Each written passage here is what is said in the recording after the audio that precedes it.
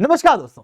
पहले के मुकाबले आज के समय पे अगर आप देखोगे तो हवाई जहाज का प्रयोग बहुत तेजी से बढ़ता हुआ दिखाई दे रहा है। पहले के समय पे हवाई जहाज के अंदर बैठना बहुत बड़ी बात होती थी, आजकल कॉमन है। पहले के समय पे अगर आप देखोगे तो कोई व्यक्ति विदेश चल जाता था तो भाई साहब विदेश गए हैं तो वहां घूम के आए हैं। तो आजकल देखोगे तो काफी कॉमन हो गया है ये कि लोग अधिकतर अपने आसपास वाले कंट्रियों के अंदर तो यूं ही घुमाते हैं, जिसके कारण से हमको क्लियरली दिखाई दे रहा है कि एयर ट्रेवल लगातार बढ़ रहा है। ये मल्टीपल कारणों से है। पहला है आबादी का बढ़ना, दूसरा लोगों के पास में इकोनॉमिक प्रॉस्पेरिटी आ रही है, तीसरा के मल्टीनेशनल कंपनी के आने की वजह से लोग जॉब करने दूसरे शहरों के अंदर जा रहे हैं। फिर अपने शहरों के अंदर आवागमन जो है वो काफी फास्ट हो गया है और उसको और फास्ट करने के लिए एयर ट्रेवल का प्रयोग किया जाता है।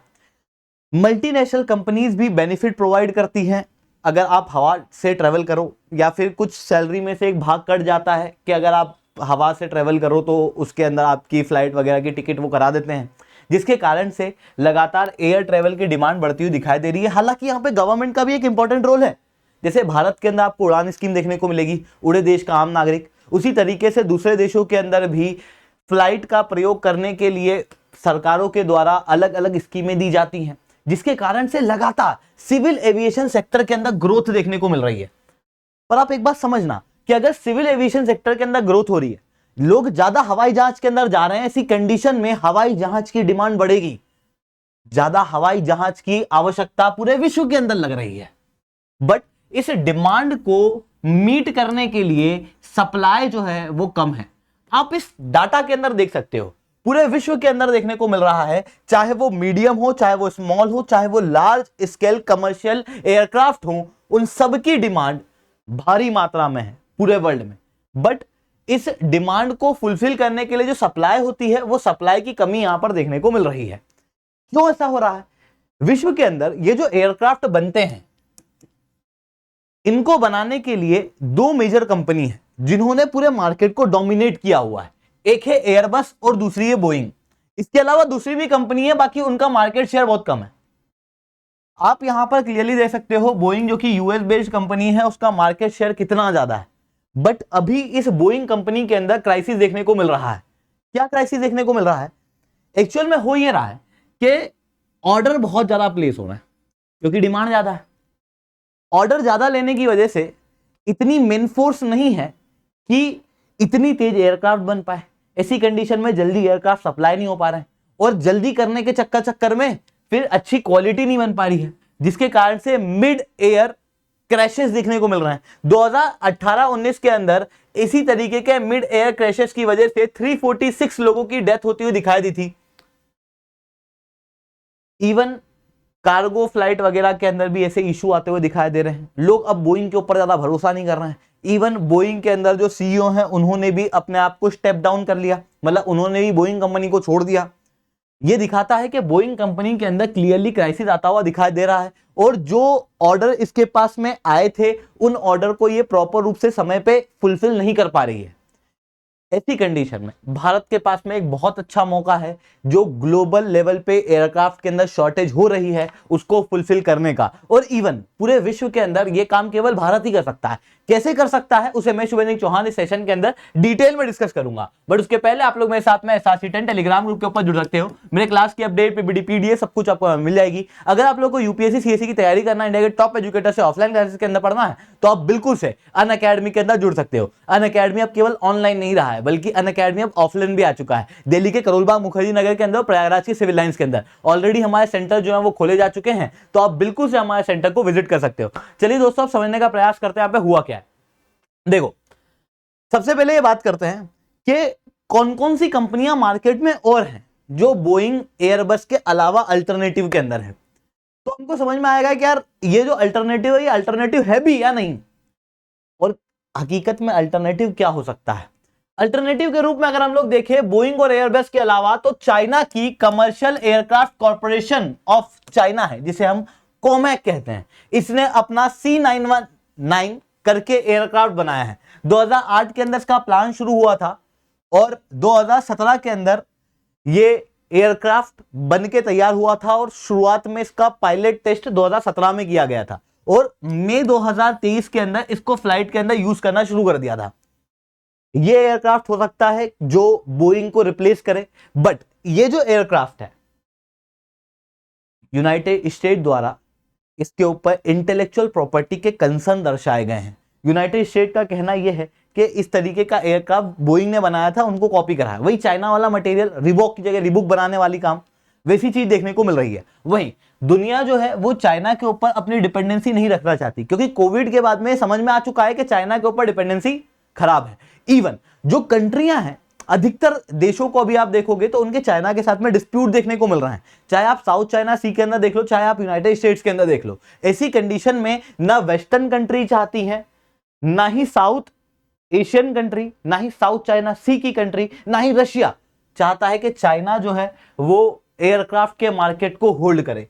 वहीं चाइना के अलावा एक और अल्टरनेटिव है रशिया की यूनाइटेड एयरक्राफ्ट कॉर्पोरेशन। देखो, जब सोवियत यूनियन हुआ करता था उस समय पर रशिया जो है वो एयरक्राफ्ट बनाता था, बट 1991 के अंदर जब सोवियत यूनियन टूटा और रशिया और दूसरी सारी कंट्रियां बनी, तो जितने भी रिसोर्सेस है वो सब डिस्ट्रीब्यूट हो गए।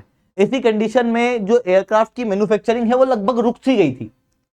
फिर व्लादिमीर पुतिन आए, 2006 के अंदर उन्होंने एक नया प्लान घोषित किया और उन्होंने जितनी भी एयरक्राफ्ट मैन्युफैक्चर करने वाली रशिया की कंपनीज थी उन सबको मर्ज कर दिया और यूनाइटेड एयरक्राफ्ट कॉर्पोरेशन बनाई। और इस यूनाइटेड एयरक्राफ्ट कॉर्पोरेशन ने 2007 के अंदर अपना प्रोजेक्ट शुरू किया था, 2017 के अंदर अपनी पहली फ्लाइट भरी थी। इनका था MC-21 एयरक्राफ्ट। बट यहां पर इशू यह है कि रशिया के ऊपर सैंक्शन लगे हैं, पहला। दूसरा, रशिया यूक्रेन के वॉर के अंदर बिजी है, जिसके कारण से रशिया जो है वो ग्लोबल लेवल की डिमांड को मीटअप नहीं कर सकता, क्योंकि उसके खुद के इंटरनल इश्यूज बहुत बड़े हैं। ऐसी कंडीशन के अंदर रशिया भी एक वायबल ऑप्शन नहीं है और इवन ये ग्लोबल लेवल की डिमांड को भी फुलफिल कर भी नहीं पा रहा है। तो ऑप्शन क्या है? इंडिया। क्योंकि हमको एक ऐसी कंट्री चाहिए जिसके साथ वेस्ट का भी और रशिया वाले ब्लॉक का भी एक अच्छा रिलेशन हो।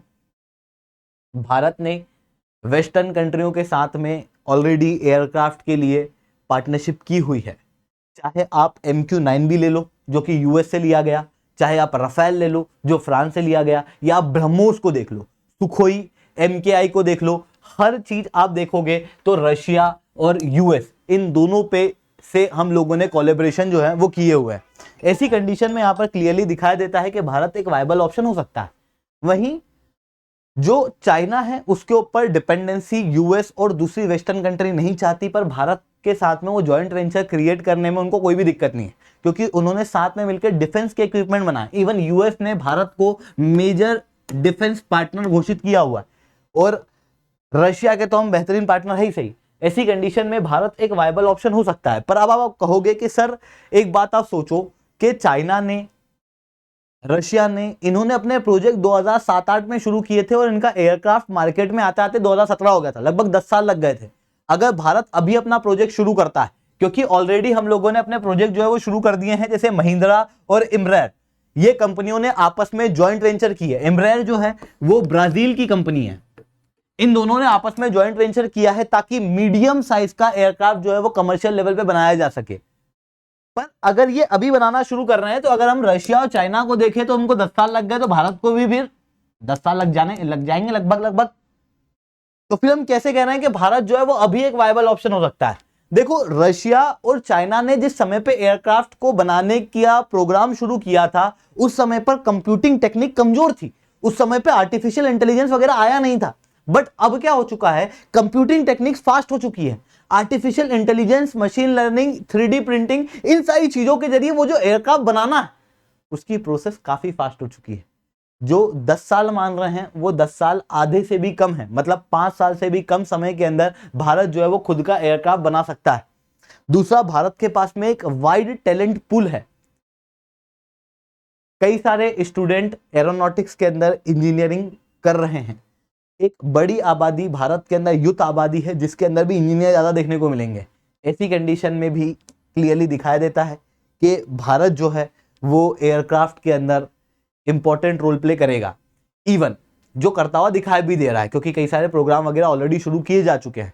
इवन वेस्टर्न कंट्रियों के साथ में अगर हम लोग ज्वाइंट वेंचर करेंगे तो उसकी वजह से भारत को टेक्नोलॉजी पहले ही मिल जाएगी, जिसके कारण से एयरक्राफ्ट को बनाना और आसान और जल्दी हो जाएगा।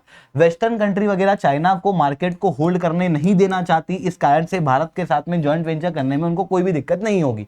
तो ये चीजें हम लोगों को यहाँ पर देखने को मिल रही है। आई होप आप लोगों को सारी बातें समझ में आई होंगी। लेक्चर अच्छा लगा हो तो लाइक करना, लेक्चर बहुत अच्छा लगा हो तो नीचे 7 से 10 कमेंट करना। अगर आप लोगों को यूपीएससी सीएससी की तैयारी करना है, इंडिया के टॉप एजुकेटर से ऑफलाइन क्लासेस के अंदर पढ़ना है, तो आप बिल्कुल से अनअकैडमी के ऑफलाइन सेंटर के अंदर जुड़ सकते हो, जहां पर आप लोगों को कंप्रहेंसिव तैयारी कराई जाएगी प्रीलिम्स मेंस इंटरव्यू के लिए।